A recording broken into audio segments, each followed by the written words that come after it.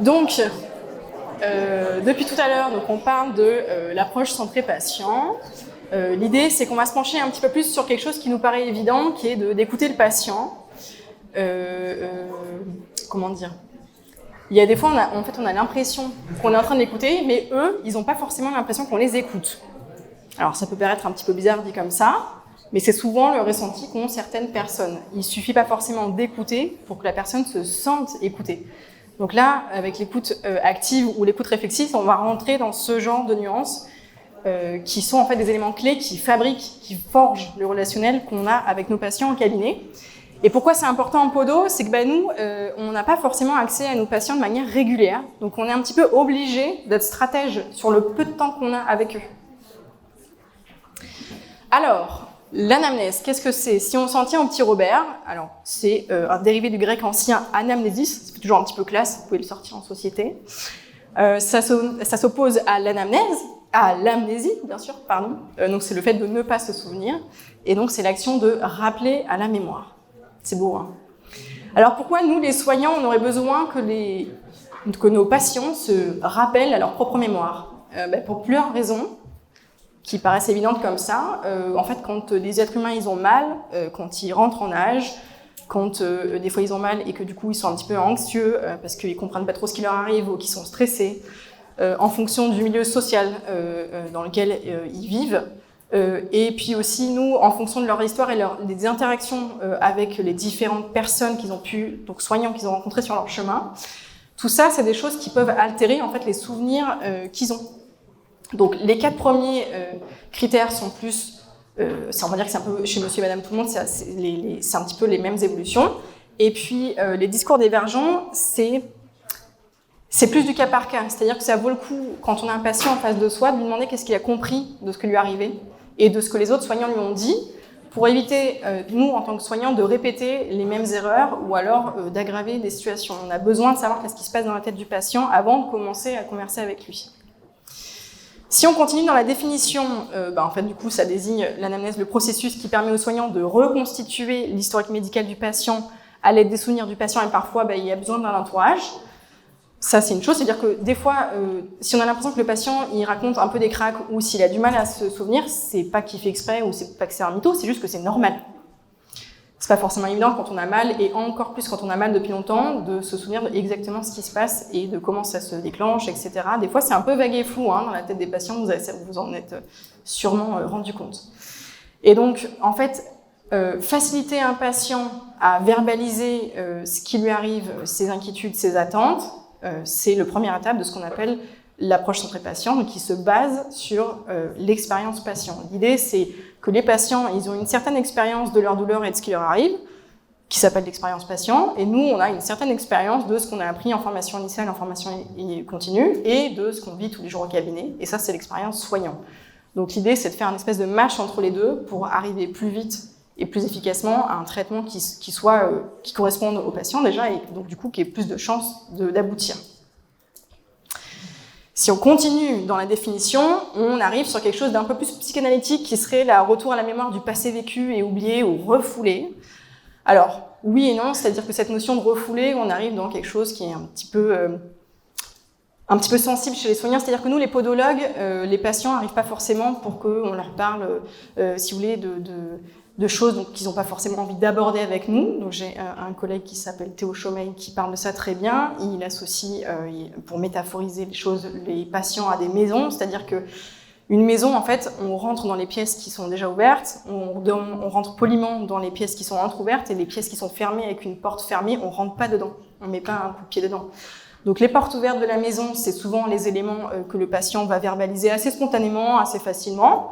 Les portes les pièces avec les portes entrouvertes, ce sont des éléments pour lesquels on peut aider le patient à éventuellement verbaliser. Et quand on sent, de toute façon on le sent tous, quand il n'y a plus de feeling, que la personne elle évite, qu'elle change le discours, etc., ça veut dire tout simplement que c'est pas le bon moment, ou alors que c'est pas la bonne personne avec laquelle éventuellement cette personne souhaite discuter. À quoi ça sert l'anamnèse ? Donc ça sert à faire un diagnostic clinique et un diagnostic différentiel, ça je pense qu'on est tout au courant, et donc tout le monde est au courant. Et donc pour faire cette chose-là, on a besoin de recueillir des informations qui sont authentique, appropriée et exhaustive. Encore une fois, nous, on a une contrainte de temps. Pourquoi ?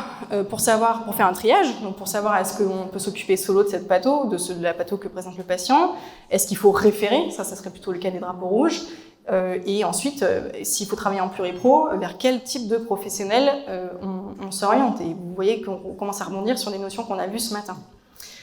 Et ensuite, pourquoi ? Parce qu'on a besoin, du coup, vu que la douleur c'est quelque chose de complexe et de multifactoriel, on a besoin d'identifier non seulement les facteurs biomécaniques ou biologiques de la douleur, mais aussi les autres facteurs favorisants. Nicolas vous a parlé ce matin des drapeaux bleus et noirs, donc qui concernent l'univers dans lequel évolue le patient. De quel milieu social il est issu, dans quel milieu social il évolue. Voilà. Les bleus, c'est plus pour l'univers proche, sa famille, son lieu de travail, etc. Et les noirs, c'est plutôt dans comment il se projette par rapport au monde dans lequel on est. C'est quelque chose d'un peu plus vaste et conceptuel. Il y a les notions de est-ce qu'il est, par exemple, en procès avec son employeur, par exemple. Et les drapeaux jaunes, on va les voir juste après. Donc ça, c'était le but. Quand on pense à l'anamnèse, on se dit, voilà, il faut faire un diagnostic, il faut cibler, il faut cadrer. Il y a une autre chose à laquelle on pense beaucoup moins, parce qu'en fait, c'est un truc qui passe sous les radars et dont on parle pas forcément, c'est que l'anamnèse, en fait, c'est la première rencontre avec le patient. Donc, c'est le moment privilégié qu'on a avec lui pour qu'il nous fasse confiance, pour qu'on ait des échanges. Et donc, parce que, évidemment, que si le patient, il nous fait pas confiance, ou qu'on lui revient pas, ou que le cabinet ne lui revient pas, enfin, qu'il se sent pas, en fait, incité à parler, ou alors que le contexte de soins ne lui plaît pas, il va pas nous les donner, en fait, les informations authentiques, appropriées et exhaustives. Et alors, ça vous est peut-être déjà arrivé, des fois, on sent que le feeling n'est pas forcément là.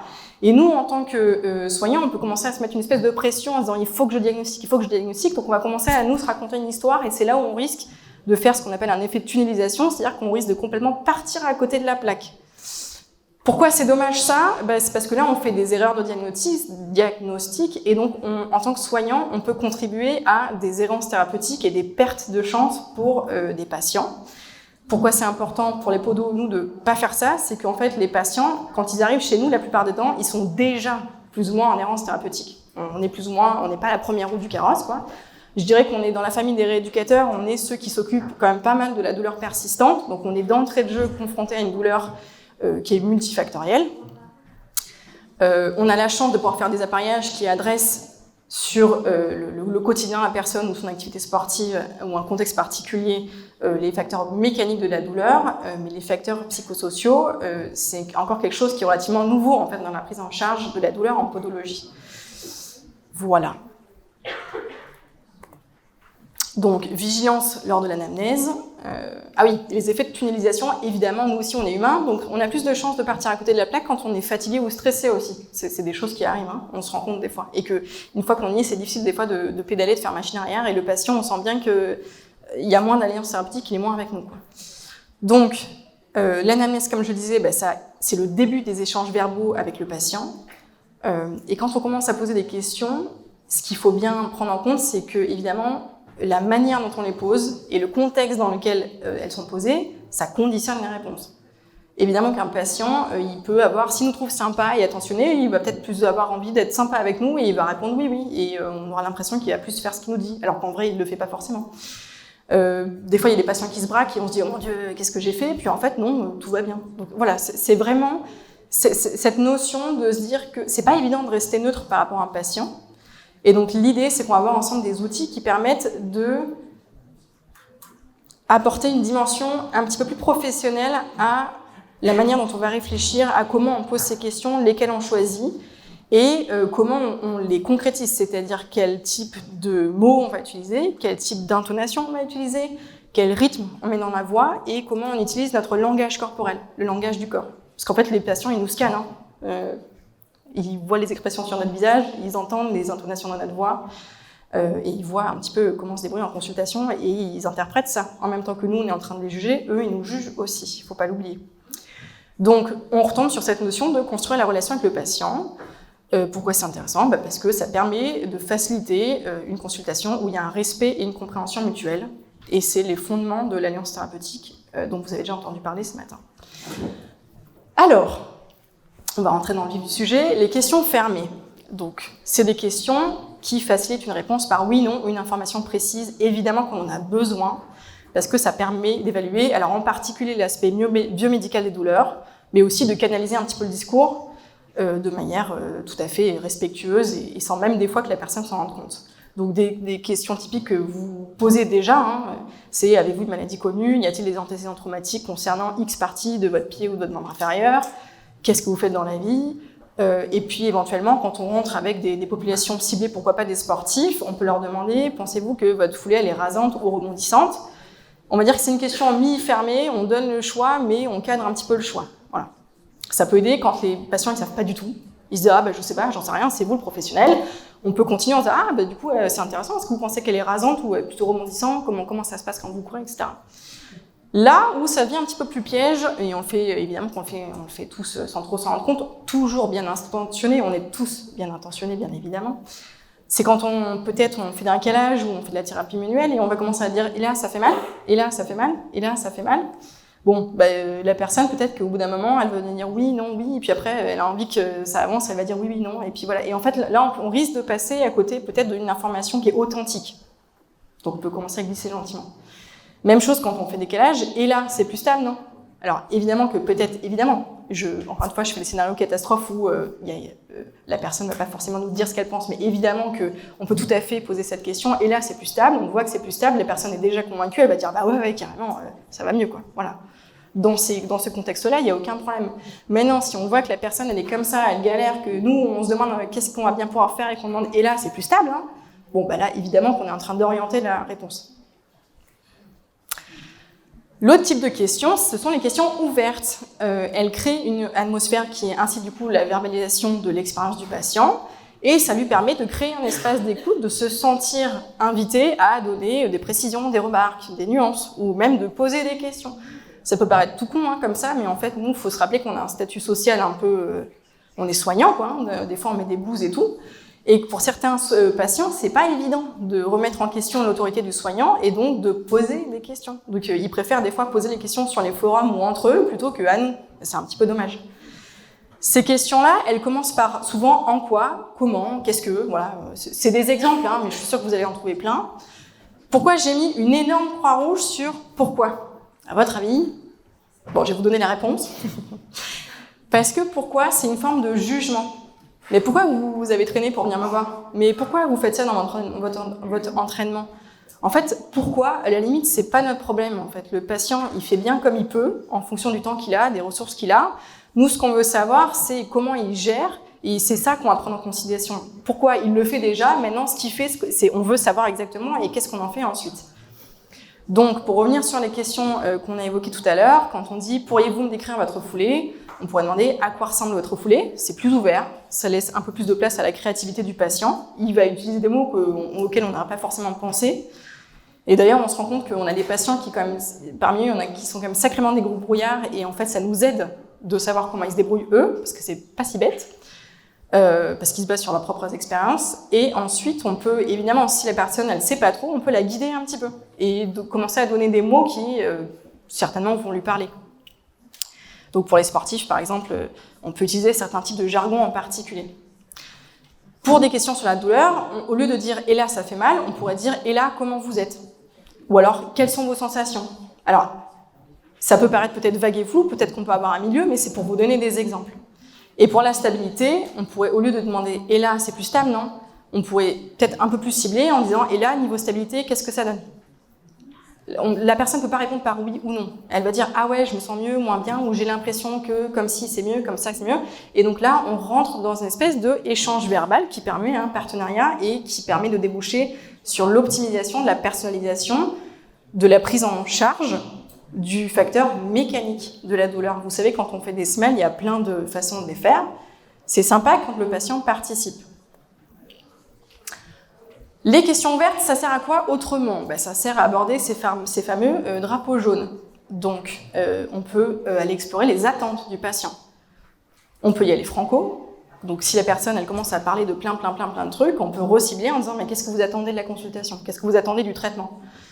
Moi, j'ai tendance à mettre une interface avec les mots « consultation » ou « traitement » plutôt que dire « qu'est-ce que vous attendez de moi ?» je suis pas forcément fan de... Je me dis, je me mets peut-être un peu trop de charge sur les épaules déjà quand je lui demande qu'est-ce que vous attendez de moi. Et puis je me dis que peut-être il y a plus de chances qu'ils me disent la vérité quand je dis consultation ou traitement. Qu'est-ce qui pourrait vous aider? C'est très ouvert. Et là, on se rend compte qu'ils peuvent commencer à sortir une liste de trucs et astuces auxquels nous, on n'aurait pas forcément pensé, ou alors auxquels on aurait pensé, mais peut-être qu'on peut les guider un petit peu là-dedans.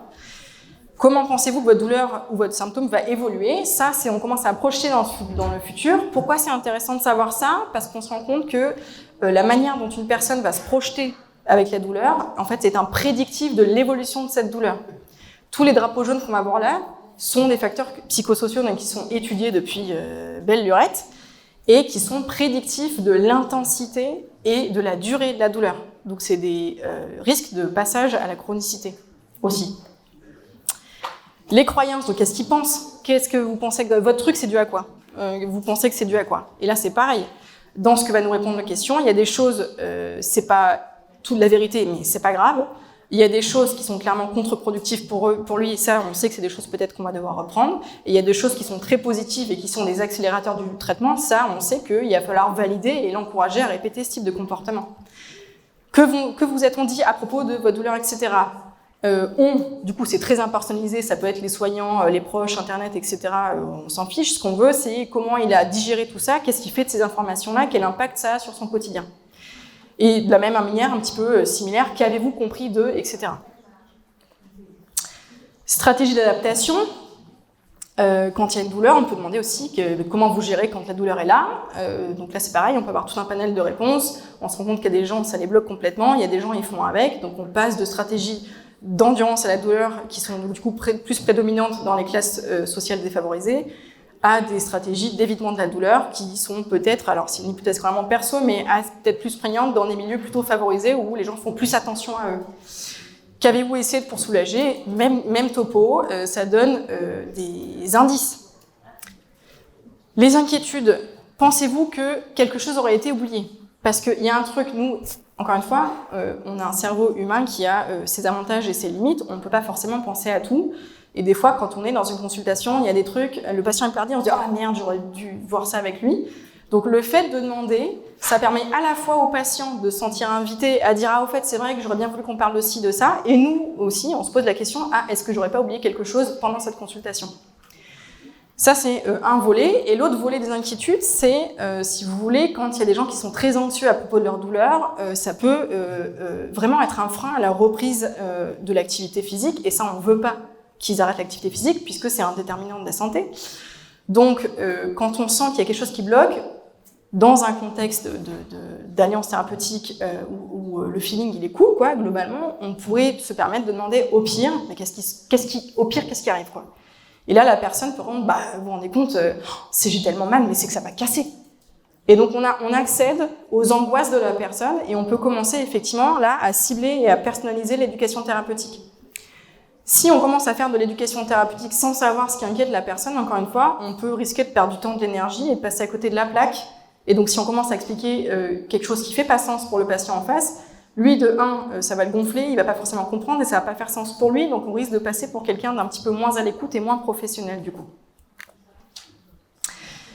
Voilà, et donc alors tu me diras ce que t'en penses Nico, mais comment votre famille, vos proches, vos collègues réagissent, ça j'aurais tendance peut-être à le brancher plus quand c'est des personnes qui vont spontanément, encore une fois spontanément, c'est pas moi qui pose la question en premier, parlent des soucis éventuellement familiaux qu'ils ont, sous forme d'humour ou sérieusement parfois, et de quelles aides, ressources pensez-vous avoir besoin pour gérer au mieux cette situation? C'est une question assez ouverte qui permet d'éventuellement ouvrir un petit peu le dialogue, quoi. Donc vous l'avez compris, sur l'approche patient-centrée et la prise en charge de la douleur, donc encore une fois, pour la prise en charge de la douleur persistante, il y a des recours HS qui datent de 2015 et qui ont été reprises du coup en 2023 très récemment, donc c'est quelque chose qui est arrivé il n'y a pas si longtemps que ça, mais qui s'implémente et qui continue, donc c'est quelque chose sur lequel il va falloir qu'on se penche, sérieusement. Et donc ça demande à la fois des compétences qu'on appelle techniques et des compétences qui sont non techniques. Donc les compétences techniques pour nous les podologues, c'est alors en podologie du coup le type de bilan qu'on fait, le type de semelle qu'on fait, si on fait de la thérapie manuelle ou pas, si on pose du strap, du tape ou pas, ce genre de choses, ça c'est de la technique. En pédicurie, c'est comme nous a dit Aurélie tout à l'heure, le type de lame qu'on va faire. Donc on se rend compte qu'on a un métier super parce qu'on a un côté où il faut vraiment être très technique. il faut être capable d'avoir plusieurs cordes à son arc pour pouvoir personnaliser le versant technique de la prise en charge des douleurs. Et ensuite, les compétences relationnelles, on va se rendre compte qu'en fait, il y a aussi une technique là-dedans. C'est pas forcément quelque chose d'inné, alors j'en conviens. Il y a certaines personnes qui sont peut-être plus de bagou, qui sont plus à l'aise avec les personnes humaines en cabinet. Seulement, quand on marche que sur quelque chose d'inné, il y a un moment, il y a des limites, et les limites, elles sont souvent franchies quand on est fatigué, stressé, que la personne ne revient pas, quand on sent qu'il n'y a pas de feeling. Donc, on sort, c'est un petit peu dommage, parce qu'on est quand même censé prendre en charge les patients avec donner en tout cas les mêmes chances de réussite à tous les patients. Et puis il y a des personnes qui sont moins à l'aise avec les êtres humains, qui ont fait une formation de santé parce que l'idée ça leur plaisait, et puis finalement en cabinet tout seul en libéral entre ces 4 murs, ça se passe pas aussi bien que prévu, et donc ces stratégies-là relationnelles aident à prendre du recul et à canaliser les consultations, donc c'est très intéressant pour les soignants. Je suis moyen fan du terme non technique, parce que ça sous-entend qu'il n'y a pas de technique, alors qu'il y en a énormément, et comme n'importe quel type de technique, ça s'apprend et ça se vit par un apprentissage expérientiel. Sauf que seulement, c'est une traduction de l'anglais, donc les compétences techniques, c'est hard skills, et les compétences non techniques, c'est soft skills. Et vous vous rendez compte qu'en fait, dans la notion de soft skills, il y a la notion de soft power. On est plus sur cette branche-là. Donc on n'aura pas le temps de tous les voir aujourd'hui, mais je vais surtout m'appesantir sur la première partie, donc les reflets dans l'écoute active ou réflexive. Donc qu'est-ce que c'est l'écoute active ou réflexive? C'est une stratégie conversationnelle, un certain état d'esprit qu'on peut adopter avec des patients, qui a été promu par des psychologues. Et à la base, ça a été implémenté pour favoriser l'adaptation du comportement des patients, et notamment ceux qui étaient accros à des substances, l'alcool, la drogue notamment. Donc, complètement transposable pour nous, parce qu'on a un paquet de patients qui sont accros au sport, par exemple, pour lesquels, par exemple, une reprise progressive, c'est pas évident. Voilà, on a des patients, pour eux, c'est difficile de changer de chaussures, d'adapter les chaussures pour la réussite des orthonexies. On a des patients, je sais pas, ils se sentent pas capables de reprendre l'activité physique. Enfin, on a tout un tas je pense pas forcément à toute la maintenant tout de suite, mais on en a plein des problématiques qui sont ciblables par ces stratégies-là. Quel type de reflet il y a? Du coup, il y a les reflets qu'on fait avec le type de mots qu'on choisit, donc les reflets verbaux. Il y a les jeux, les nuances de jeu qu'on met dans l'intonation. Et il y a aussi, moi j'adore ça, c'est les reflets non verbaux. Un moyen simple de tester si vous sentez que le patient est avec vous ou pas, c'est d'abord, il va s'asseoir au bureau et vous pouvez mimer un petit peu la façon dont il s'assoit. Alors évidemment, si c'est pas bien fait et que c'est grillé, ça ne marche pas. D'accord? Donc entraînez-vous avec vos proches à la maison. Et là où c'est joué, c'est quand vous arrivez à quand vous arrivez à changer de position, eux, quelques secondes plus tard, changent de position, là c'est gagné, c'est qu'ils sont avec vous. D'accord? Vous savez il y a une certaine harmonisation, c'est un peu fort, mais il y a une certaine danse, un certain duo qui se forme. Validation, alors évidemment ça c'est une étape importante, je pense, sur laquelle Claire reviendra. Nous, dans les soignants, on a l'impression évidemment que si le patient nous dit qu'il a mal, c'est que tout le monde le croit. Sauf que y a plein de soignants qui ne croient pas leurs patients quand ils leur disent qu'ils ont mal, et après ça se passe pas très bien parce que les patients ils pensent que c'est dans leur tête, etc. C'est pas génial à vivre. Donc le fait de reconnaître que la personne a mal, déjà c'est énorme. Énorme. C'est tellement pas fait dans le milieu soignant que quand on le fait déjà, on a d'entrée de jeu plus de chances que le traitement se passe bien. Ensuite, donc les questions fermées et ouvertes, on l'a vu. Et puis ensuite, c'est plus pour faciliter les idées qu'on voudrait faire passer aux patients, les résumer, ou alors faire en sorte que la situation soit plus facilement compréhensible pour lui. Ce qui arrive souvent dans la douleur persistante, c'est que les patients ils comprennent pas pourquoi la douleur elle reste. Donc, le fait de reprendre des éléments qu'ils nous ont dit et les expliquer et leur raconter une histoire avec leurs propres mots, c'est beaucoup plus facile à comprendre pour eux que si nous on explique avec des termes un peu techniques ou des trucs qu'on a appris en formation qui vont pas forcément leur parler. Donc tout ça, ça structure le dialogue et ça optimise la prise en charge. Donc, je vous ai mis l'image de des petites raquettes avec les couleurs qui se complémentent, c'est un peu cette idée-là. Donc il y a une notion d'horizontalité. Et ça permet de répondre aux besoins du patient. Le besoin de tous les patients, tout confondu, c'est se sentir pris au sérieux, donc compris et écouté. Ça permet aussi aux patients et aux soignants de se sentir sur la même longueur d'onde. Alors par exemple, entre sportifs, on sait qu'ils se font plus confiance les uns les autres qu'à nous, les soignants. Pourquoi? Parce qu'ils ont vécu les mêmes courses, les expériences sont les mêmes, etc. Donc ça, c'est une chose. Maintenant, grâce au langage et cette stratégie de reflet, on peut donner l'impression de faire partie de la famille, par exemple, d'un sportif, sans forcément faire de sport nous-mêmes.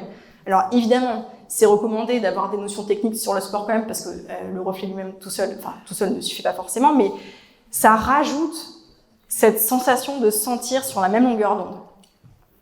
Ça permet du coup, quand on reprend et quand on répète un petit peu ce que le patient dit, d'adapter, en fait nous du coup on le fait sans s'en rendre compte, on adapte le type de mot qu'on choisit aux mots du patient, donc comme on utilise son langage à lui, il va plus facilement l'ingérer, le digérer et le comprendre. Donc c'est très intéressant. Et ensuite, l'idée c'est que quand un patient il commence à raconter son histoire, il y a des éléments là-dedans qui vont nous intéresser et sur lesquels on peut rebondir, donc refléter, et il y a des éléments qui vont pas forcément nous intéresser, et ceux-là on va pas les refléter. Donc en fait ça nous permet d'orienter, de guider la conversation dans un but thérapeutique. Tout ça ensemble, ça permet, donc il y a certaines études qui suggèrent que ça permet de faire baisser les taux d'anxiété et de stress, et donc de faire diminuer le ressenti douloureux sur une courte durée. Donc globalement, de toute façon, vous avez des patients, ils se le racontent entre eux, quand ils sortent du cabinet, ils ont une sensation de « Ah, c'était cool », plutôt que « Merde, qu'est-ce que je vais faire, qu'est-ce que je vais devenir ?» Voilà, l'effet global, ce qu'on cherche, c'est ça. Donc, évidemment, un reflet, ce qu'on veut, c'est que le patient, quand on en lance un, c'est un peu le jeu de la balle, on la lance, on la rattrape. Quand on en lance un, on voudrait que le patient, il rebondisse. Si on lance un reflet et qu'il n'y a pas de réponse en face, c'est que c'est un petit peu un flop, quoi. Donc, on peut peut-être partir sur notre idée ou le faire différemment. Donc, alors, à titre d'exemple, par exemple, on pourrait dire, donc ça, c'est un patient qui arrive au cabinet et dire, bah, je viens vous voir parce que j'ai mal et on m'a dit qu'il fallait que je marche. Pour ça, des patients comme ça, on en a des caisses. Et on pourrait tout simplement se mettre en mode reflet simple, du coup, perroquet, vous avez mal. Donc vous avez remarqué que j'ai baissé ma voix en fin de phrase. J'ai pas fait, vous avez mal, hein, parce que, évidemment, là, l'effet n'est pas le même. Vous avez mal. Et donc, du coup, la personne va répondre oui ou non. On lui ouvre la porte. Et elle va dire, bah oui, mais enfin, c'est supportable parce que maintenant, ça fait 1 an, j'aimerais bien que ça parte quand même, hein. Donc en fait là, même pas de 2 secondes, on a plein d'informations sans avoir eu besoin de poser les questions de qu'est-ce que c'est comme type de douleur, depuis combien de temps c'est là, quand est-ce que ça arrive, etc. Puisque le fait de refléter, c'est une façon de tendre la main à la personne en face pour qu'elle nous donne des informations. Donc l'intensité douloureuse, la durée des symptômes et les attentes du patient, ici en particulier. Donc gardez en tête cette notion un petit peu de caméléon perroquet. Maintenant, on peut monter d'un cran, éventuellement pour des patients qui arrivent et qui sont en plus d'émotions. Et nous, en podologie, ça arrive quand même de temps en temps qu'il y ait des patients qui sont un peu frustrés, voire un petit peu énervés, parce que ça fait un petit moment qu'ils ont mal. Et là, ça m'est arrivé il n'y a pas longtemps. C'est un patient, en plus ça s'était bien passé avec les SMR, il y a 4 ans, donc il revient, il dit je viens voir parce que là j'ai super mal. Et là maintenant, c'est le matin, putain, c'est l'enfer. Dès que je mets le papier, je peux plus marcher, je peux plus démarrer, vous vous rendez pas compte. Et limite, il m'engueulait moi. Je me dis, bon, moi, il est 14h, j'ai pas forcément envie de me prendre ça sur la tronche. Voilà. Et puis après, on rentre dans l'ambivalence, donc on va parler Karen juste après. Je sais qu'il faudrait faire ça, mais patatatatata, voilà. Et par exemple, on pourrait répondre à ce patient, je comprends, donc moi, validez-toi, je sais que t'es pas en train d'exagérer. Et renforcer, ou alors et faire un effet miroir de cette émotion-là. Dès le matin, ouais, c'est chaud, hein, super compliqué à gérer, quoi. Et évidemment, si on dit c'est super compliqué à gérer, hein, bon, c'est pas pareil que hein, c'est tendu, c'est compliqué à gérer. Et il va répondre oui ou non, ou t'es à côté de la plaque, le soignant. Mais au moins, on va lui donner la liberté de réagir. Et comme ça, nous, ça nous aide aussi dans encore une fois, dans la réflexion qui est en train de commencer à tourner dans notre cerveau. Et donc, soit il nous répond à un truc du style, bah ouais, là ça le faisait pas avant, et donc là je sais pas pourquoi, donc là on sait que potentiellement il va falloir expliquer, ou alors de commencer à questionner investiguer les drapeaux jaunes. Et même avec les anti-inflammatoires, ça change rien, donc peut-être le type de douleur, et ça reste après. Ou alors, on va avoir un patient qui descend un petit peu dans les émotions parce que vu qu'il a compris qu'on le prenait au sérieux, il a plus besoin de prouver que oui, il a mal et que personne ne le croit parce qu'il n'y a rien aux imageries. Et donc, il va dire oui, enfin, ça va, c'est quelques minutes et après, c'est bon, quoi. Voilà. Donc, quand vous êtes, c'est une stratégie qui fonctionne plutôt bien quand vous êtes confronté à des gens qui sont peut-être un peu envahissants, qui peuvent être considérés comme envahissants en consultation. ou moins évident à gérer. Donc ça, c'est une stratégie qui s'appelle dans le milieu psychologique de position basse. Alors c'est pareil, c'est un terme que j'aime pas terrible parce que c'est pas très valorisant de prendre une position basse, surtout que comme on est soignant, on est plutôt là-haut, théoriquement. L'idée, c'est de redescendre un petit peu, mais dans le but que ça se passe bien, évidemment. Donc ça permet de désamorcer des situations qui sont pas forcément faciles à gérer et qui sont du coup susceptibles d'occasionner des pertes de chance pour le patient et des pertes de temps et d'énergie pour nous. Et donc, pour avoir ce genre de duo en consultation, il faut absolument montrer aux patients qu'on les croit, même si on n'est pas d'accord avec. Ça, c'est encore une autre histoire, il n'y a pas forcément besoin d'être d'accord avec tout ce qu'ils racontent, mais il faut qu'ils sentent qu'on est avec eux, quoi. Les reflets amplifiés, encore une fois, ça marche mieux.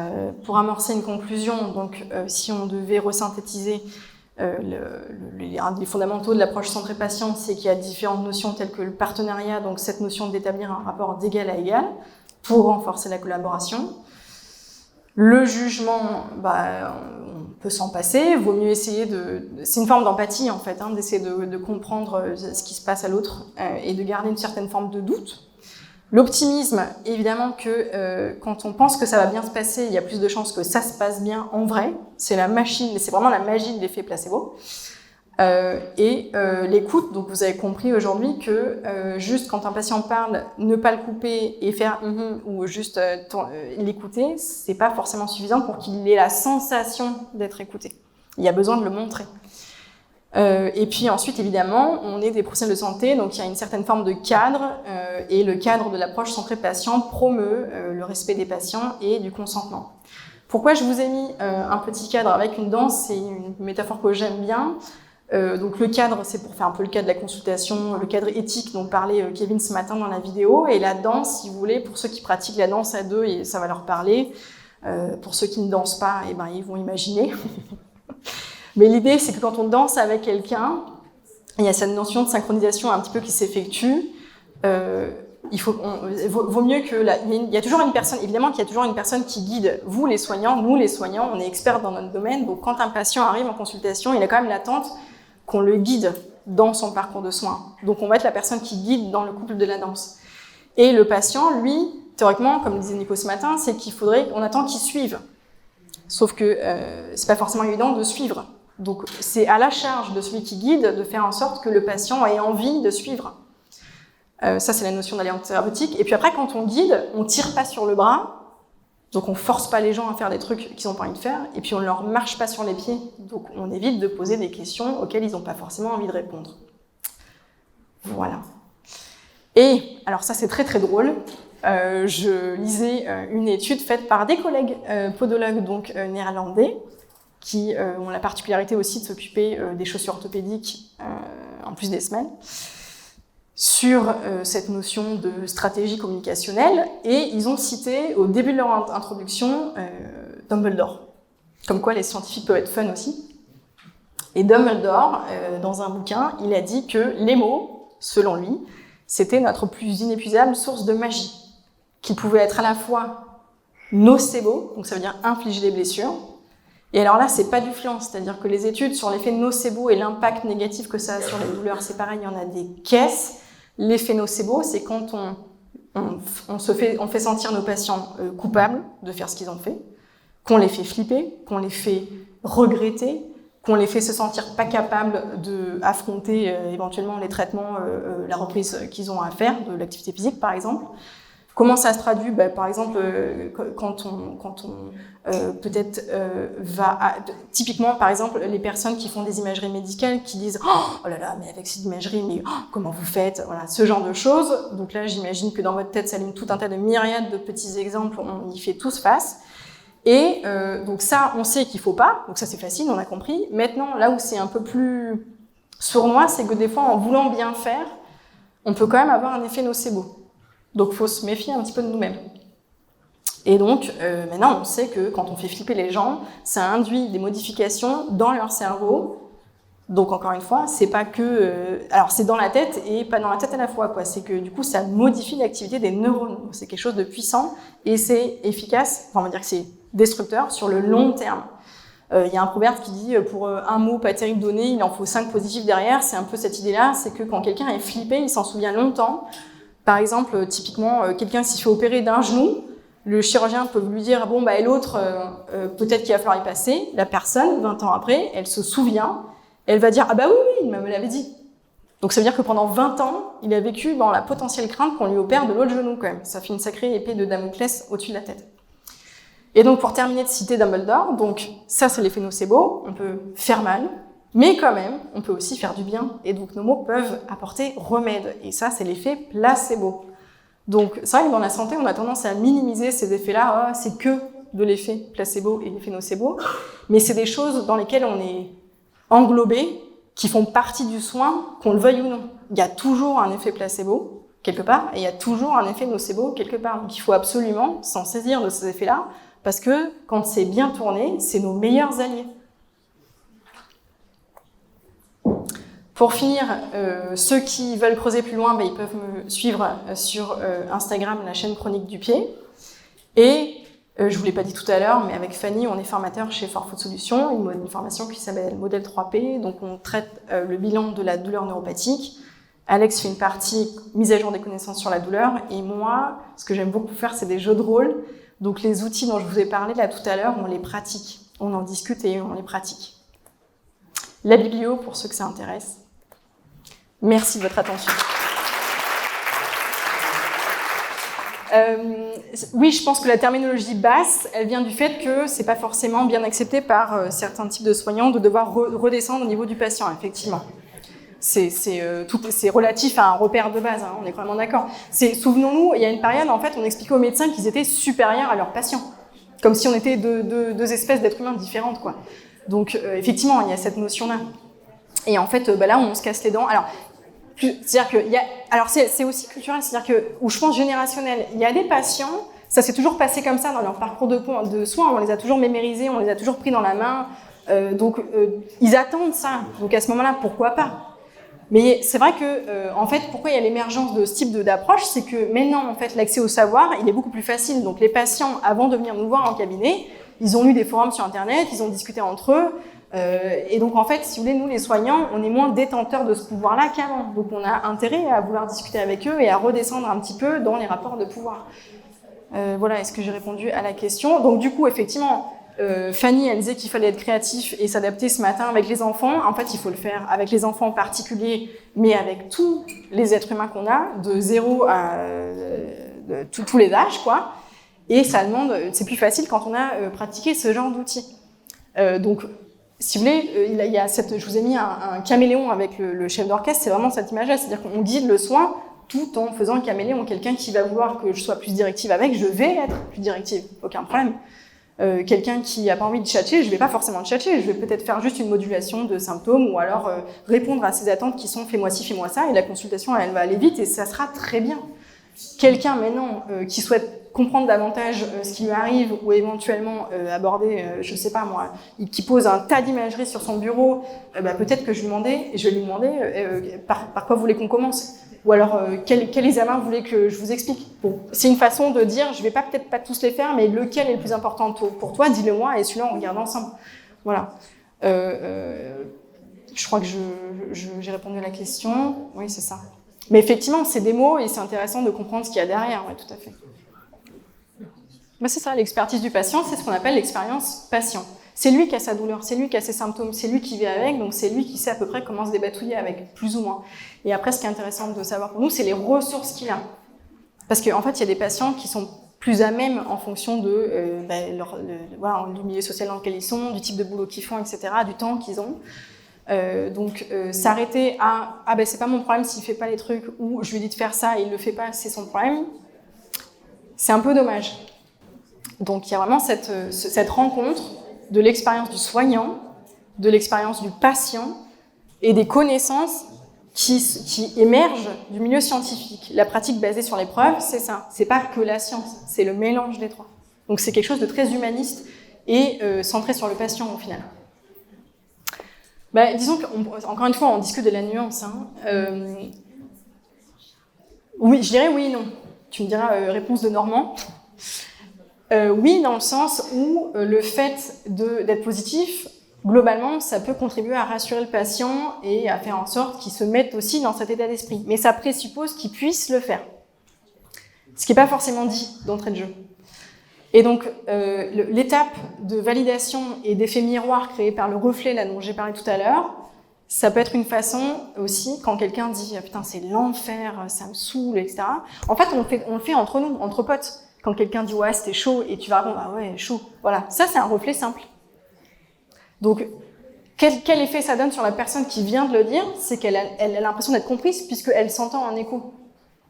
Donc, il y a un côté, c'est un peu instinctif, on fait partie de la même tribu. Je t'ai dit un truc, tu me comprends, on avance ensemble.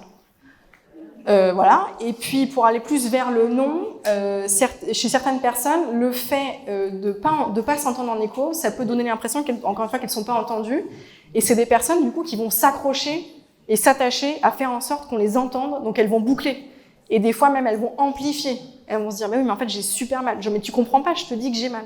Et donc, on peut perdre du temps et de l'efficacité parce que du coup, elle va se focuser là-dessus et elle va oublier, il ou elle va oublier d'apporter des éléments pendant la consultation qui auraient pu servir à faire un diagnostic ou à commencer à réfléchir sur un traitement. Voilà. Est-ce que j'ai répondu à ta question ? Mais c'est vrai que c'est pas évident pour nous les soignants parce qu'on est conditionnés à, nous, on veut que ça aille mieux, que ça aille bien. Donc, c'est pas forcément facile de dire, ah ouais, c'est chaud, un patient. Mais en fait, on se rend compte que vaut mieux reconnaître ce qu'il a et quitte à éventuellement parler de ce qui risque de pas bien se passer ou de persister, au moins comme ça, la personne, elle sait, elle est prévenue et elle peut s'organiser. Oui, tout à fait, c'est une nuance qui est fondamentale, même c'est plus qu'intéressant, c'est fondamental. En fait, c'est les termes techniques alloués à ces nuances-là, c'est que l'empathie émotionnelle, c'est ça. C'est dire, si, ça peut être perçu des fois un peu comme mémérisant, mais t'inquiète pas, c'est rien, ça va aller, etc. Donc effectivement, ça part toujours d'une bonne intention, mais c'est juste qu'on ne contrôle pas forcément la manière dont c'est perçu par la personne en face. Il faut quand même se rappeler que nous, on n'est qu'une petite goutte d'eau dans le parcours du soin du patient. Donc il y a des patients, en fait, si vous voulez, ça fait 15 fois qu'on leur dit que ça va aller. Donc à un moment, si ça va pas mieux, en fait, ils vont dire, mais arrête tes conneries, quoi. Et je vais voir ailleurs. Et là, effectivement, on peut avoir une responsabilité dans la sortie du parcours de soins. Donc le fait de l'empathie cognitive, là, ces outils-là, ils servent plutôt à faire ce qu'on appelle de l'empathie cognitive. La validation, les reflets, le fait d'aller jongler un petit peu comme ça avec les mots, les intonations, d'une manière structurée dans un but thérapeutique, parce qu'après vous allez me dire, oui, mais tu manipules les gens. En fait, on le fait déjà plus ou moins. Dès qu'on ouvre la bouche, en fait, on commence à inciter ou à jouer avec les croyances et les attitudes, les comportements de l'autre, donc autant savoir le faire de manière éthique et professionnelle. Et effectivement, on rentre dans une certaine forme d'empathie qui s'appelle l'empathie cognitive et qui est plus efficace pour gérer l'alliance thérapeutique, l'adhérence au traitement et l'évolution des douleurs. Dans ces situations-là, où peut-être qu'on joue un petit peu trop sur le discours, de faire des expériences positives aux patients, dans la modulation de symptômes, ça peut être très intéressant. Un truc bête, il a très mal, on fait un bilan, alors là je vais peut-être rentrer dans le truc technique de la douleur neuropathique. Quand on voit qu'avec quelques manipulations, on arrive sur le court terme à déjà moduler un peu sa douleur et voir qu'en faisant une activité, un exercice, déjà on a diminué la douleur instantanément, on n'a rien dit, juste il s'est rendu compte qu'en faisant peu de choses, ça allait mieux. Donc parfois en fait il ne faut pas passer par le discours, mais par des techniques cliniques. Oui, complètement. En fait, c'est une forme de langage, le langage non verbal. Et l'apprentissage expérientiel est extrêmement puissant. Donc, si le patient il a vécu quelque chose qui lui permet de se sentir mieux en fin de consultation par rapport à avant la consultation, c'est pareil, c'est très très positif. Alors, nous, les soignants, c'est aussi une façon qu'on a de se rassurer. C'est-à-dire que quand on arrive à faire de la modulation de la douleur, on se dit trop fort. Et on se dit, la douleur, elle va se calmer après. Sauf que des fois, ça se calme pour de vrai, on est content. Et puis des fois, le patient, il revient en disant je comprends pas votre truc, ça m'a enlevé la douleur, mais j'ai encore mal. Et en fait, c'est là où on se retrouve un peu confronté à la complexité et les différents facteurs de la douleur. Et donc maintenant, les connaissances qu'on a sur la modulation de la douleur, c'est que la modulation de la douleur, c'est extrêmement positif parce que c'est un facteur qui montre que le patient est capable de switcher. Donc, c'est un facteur prédictif d'une évolution peut-être favorable de la douleur, peut-être rapide. Donc c'est rassurant pour nous et pour le patient. Maintenant qu'on n'arrive pas à faire de la modulation de la douleur, mais c'est pas grave. Peut-être que le patient n'arrive pas à switcher là maintenant, mais peut-être qu'il arrivera à switcher plus tard. Donc c'est des patients qui sont susceptibles d'avoir une évolution plus lente de leurs symptômes. Donc pour nous, si vous voulez, c'est pratique parce que ça permet de prédire un petit peu comment ça va se passer et de s'adapter et de moins éventuellement être frustré ou surpris. Frustré, la contraction des deux. Voilà. Donc ça permet de rester maître à bord, capitaine du bateau, plus facilement et de manière plus zen, quoi. Voilà.